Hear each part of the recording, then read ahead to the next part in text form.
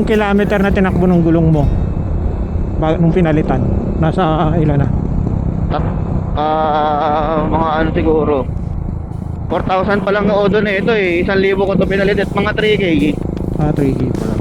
1,000 nagpalit na ako eh. Ba't yung stock niya pangit talaga? Maganda kaso ang taas pre. Di Sobrang ba pati rim pinalitan ko dito para lang bumaba. 19 inch yun yung rim nito. Pinalitan ko lang 17 para lang bumaba. bumagay naman eh. Tipto ko. Mas maganda yung kay Jay kasi 15 inch yun eh. Mas mababa yun. Oo. Mukha talagang cafe racer. Ang kaso, mahirap yun gulong. Mahirap hanapan ng 15 inch na dual sport. Bira yung nagbebenta. Oo, bira. Lahat ng ano, ng pang gantong model, mga barako 17 ng ano, ang standard. Sa mga vulcanizing, hindi ka makakita Nakita ko yung kay Jay, parang mas mataas yun ha, kaysa dyan. Oo. Eh, mababa yun, mababa. Mababa pa pala yun. 6 kilometer, 6.3. Sira na no, may dumadaan siguro mga truck din talaga. Inaabot. Dati, ang sarap ng daan dito eh. Ewan, bakit takot kasi dumaan yung iba dito, yung nagtatagaytay pa. Para sa akin, nung madaling araw, dinaanan Mas ko. malayo pag Tagaytay eh. Malayo talaga, Tagaytay. Tsaka syempre, traffic area yung madadaanan mo. Oo, mas madali ito yung gilid lang tayo ng ano Cavite. Okay lang magdaan ng Tagaytay kung madaling araw ang rides nyo dito. Alas 12 ng gabi, ha?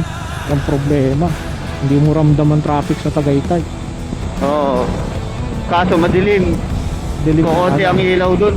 Ang trip nyo lang talaga noon, ride tapos kain sa Tagaytay. Kain, oo. Yun ang magiging trip nyo. Bulalo lang, bulalo. Kape. Bababa na tayo. Sir nito, patag na Pico de Oro na to, di ba? Ayan, Lampas na, ha? Tawag dun, yung ano? Papaya na. Yung resort na sikat dito. Resort? Oo, yung dito, pagligo. Yung ano rin. Malaking resort? Oo, yung may glass din. Mamahalin yun. Diretso na yan. Dire-diretso na yan. Yun nga, Pico de Oro nga. Yung ano, yung pinaka main entrance. Doon ang daan, no? Oo, doon ang daan. Di ba sa ano, doon may Pico de Oro? Sa? Sa Rizal? Marilaki? Wala, ha? Dito yun. Wala ba? Ginagawang prenup nila, di ba? Ayun, sa kampo. Ano yung kape? Magka-camp. Dala kukuhan eh. 4 kilometer. Hindi pala kasi dyan yung mga upuan mo, no? Sa'yo. May dala upuan, gagi. Meron kang dala? Oy, Alam ko pala sabihan ka. Yung kaso isa lang, gago. Hindi, may duyan naman ako eh. Oo. Tutulog. Pero kaya yung tali-tali, yung mga ano, ginagawa lang ng iba. May withdrawal kaya dyan. Putangin na, nakalimutan ko pala mag ano. Gagi, pupunta ka pa ng ano. Gcash, pwede naman yata. May cash naman ako rito, 1,000 yata. 1,000 nga lang din dala ko eh. Ano na to eh? Bayar na to eh. Gcash, pwede naman. Send mo lang Oo, sa Gcash. Oo, Gcash. Ayun o, Pico de Oro. Ay, oo nga. Main entrance. Dito din pala yun. Yan ang daan talaga. Lapit na tayo sa likuan, no? Oo. Ng Papaya. Papaya Road. Ito na. Saan to? Oo.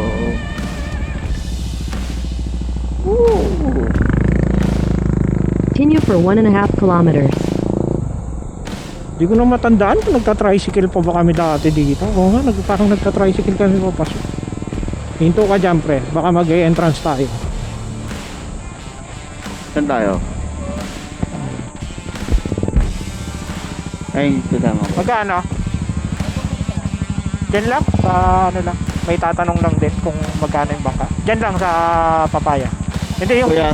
malapit na, oo, yung malapit. Hindi ko ano eh, tatanong ko na lang doon, oo. Kalimutan na namin, tagal na namin galing dyan. Dati na kayong punta, dalawa lang naman kami. Hindi naman na kailangan ng ano. Dati na ako pumupunta dyan sa dulo eh. Huwag na, dalawa lang kami. Okay lang, okay. Huwag na, istorbo lang. Binayaran mo na, pre? Oo. Tangina ka, hindi mo ba ako sinabay? Kala ko nagbigay ka na. Teka lang, meron yata akong barya rito. Ayan na. Sige, yun na.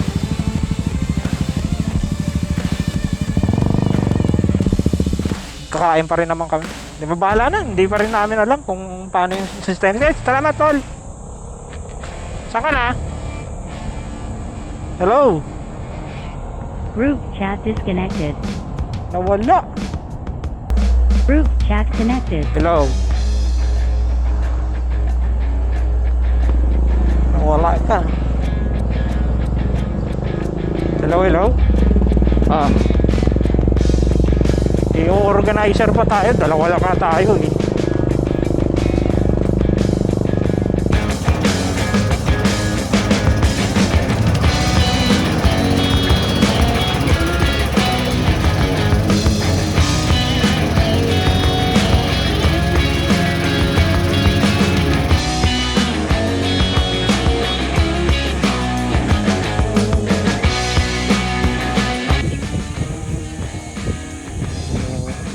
Ready talaga sa amin itong duyan na ito. Hindi sa amin. isa pa na natin. Kaso si EJ wala na eh. Makikita pa isa dyan, pala yan. No?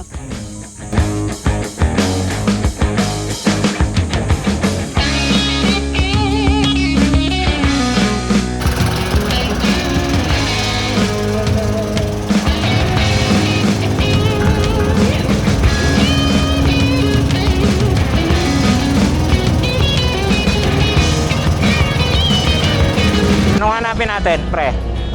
Ano hanapin? Ano ba yun? Sundang kita. Hindi, magkakape pa ba? Pwede, along the way. Oo. Nasa 500 lang naman yung additional natin, no? Saan? Ngayon, yung kulang ko, 500 na. Mga ganun Oo. lang. Ayun na, pauwi na kami after the ride. Sa mga drawing dyan. Watch out sa inyo. Yung Patuloy. drawing lang ng drawing. Patuloy lang kaya mag-drawing sa buhay nyo. Sa papel kasi dapat dino-drawing eh. Nauubos ang oras ng tao, drawing lang. Hindi sa totoong buhay ang ginagawa eh. Kaso sa inyo, ginagawa nyo sa totoong buhay eh. Medyo napamahal kami sa bangka kasi 1.5 yon. Kasi dalawa lang kami. Siyempre. Eh, ganun talaga. Oh, parang pang-gasolina na lang nila yun eh. Oo, hindi si Kuya Nano, shoutout sa'yo Kuya Nano. Matagal-tagal kami hindi nakabisita dyan. Salamat at binigyan mo kami discount. So dito lang yan sa Papaya Cove. Pwede siyang tambayan uli. Kesa naman kasi tumambay ka sa ano, madali lang, 2 hours lang nandito ka na eh. Takbong ano lang naman tayo eh. Hindi naman tayo mahataw. Oras ay po alas 5 na. Pauwi na kami. Maghanap na lang kami ng Starbucks sa daan. Dali na tong puntahan. At least nakakarating na si Del para pag gusto niya mag-ride or kasama yung pamilya niya, madali na siyang makapunta dito.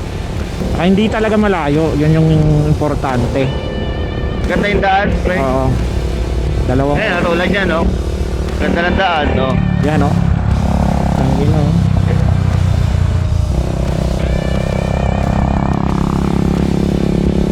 Kamap ka ba? Baka maligaw ka ha. Hindi. Wala na, malobat na ako eh. Ay, bawal mag-park sa loob pala niyan. Oo. Mga motor nandun lang, oh. Sa gilid lang. Ano kasi to eh. Pico de Loro. High-end yan eh. Siguro may ano sila dyan, shuttle, no? Oo. Siyempre, kalkal ulit yung motor. Kalkal motor tsaka bagong camera. Kabibili lang ng bagong camera ng kumpare natin eh. Ayan, Pico de Loro. Yung nakikita nyo na yan sa harapan. Yan na yung ano niya. Oo. Pico de Loro yan. Yung peak. Oo, yan yung peak. Kakas din na yun, no? Parang tuka. Parang tuka ng parot. Sabi Oo. nila. Nakaakyat ka na dyan, eh? Oo, na day hike lang naman yan. Ha? Day hike lang. Day hike lang. 5 to Ilang oras? Mga 4 to 5. Parang daraitan din pala. Oo, madali lang. Hindi naman yung masyado. Ay, ayun o, si Paring din o. Ganda ng pagkapintura nung tangke niya. Niya sa Royal Enfield.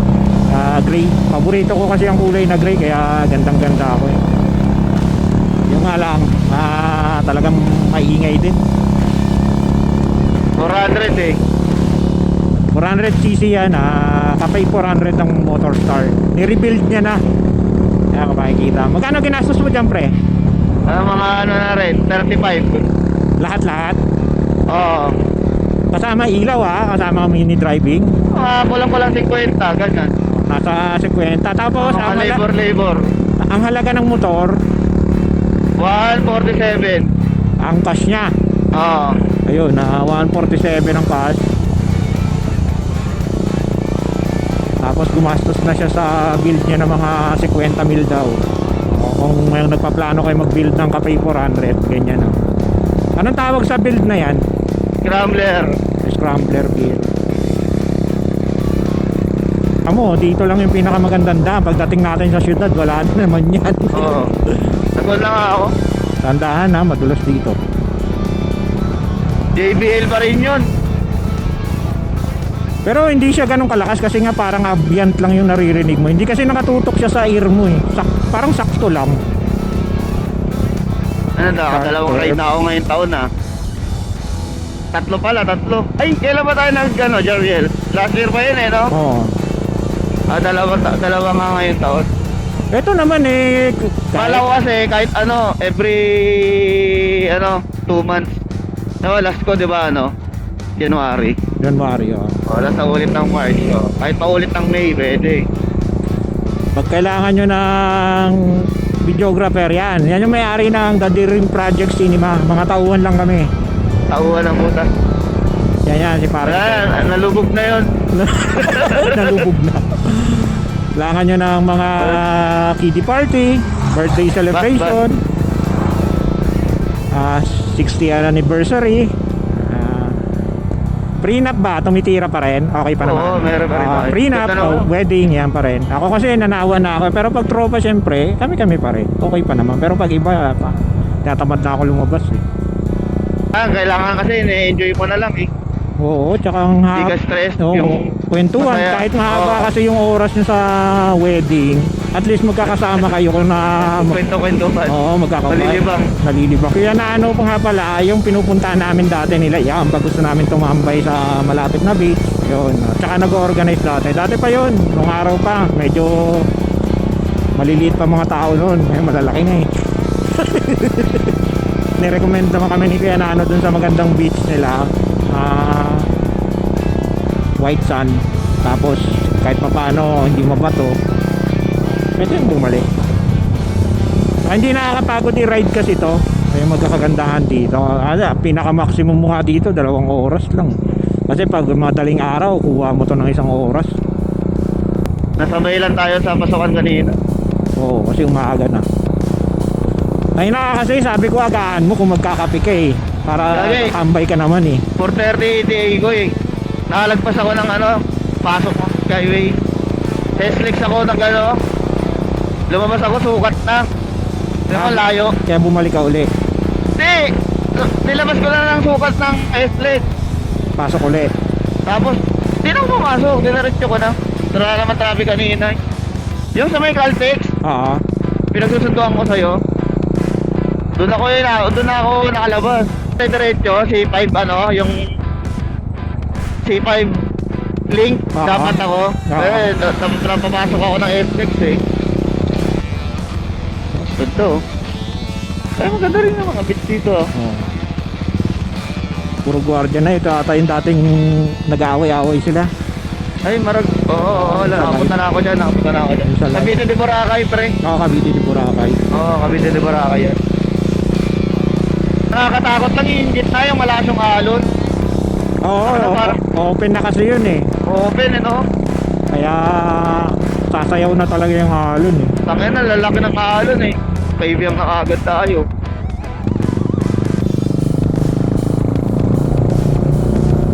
Hindi na tayo magpipicture guys kasi tapos na tayo magpicture.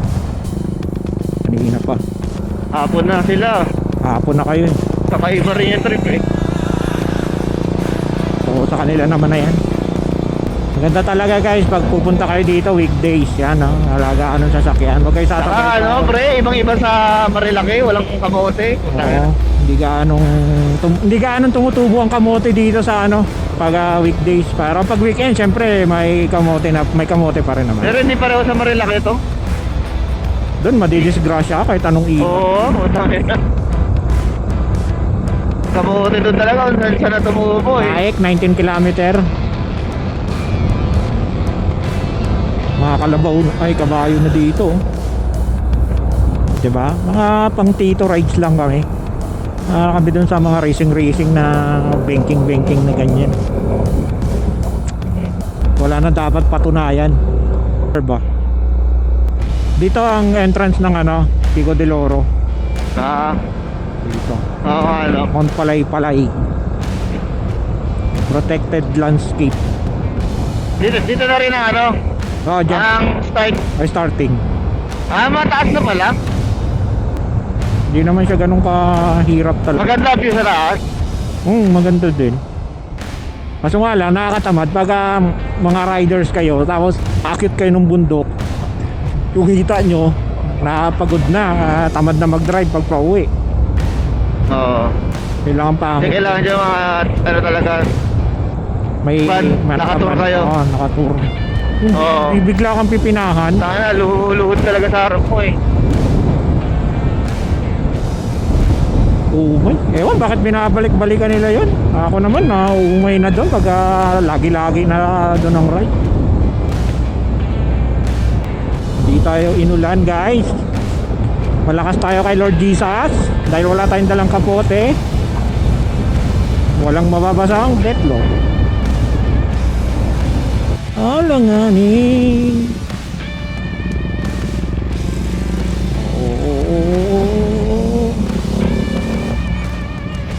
Sana. Ginit-git pa ako.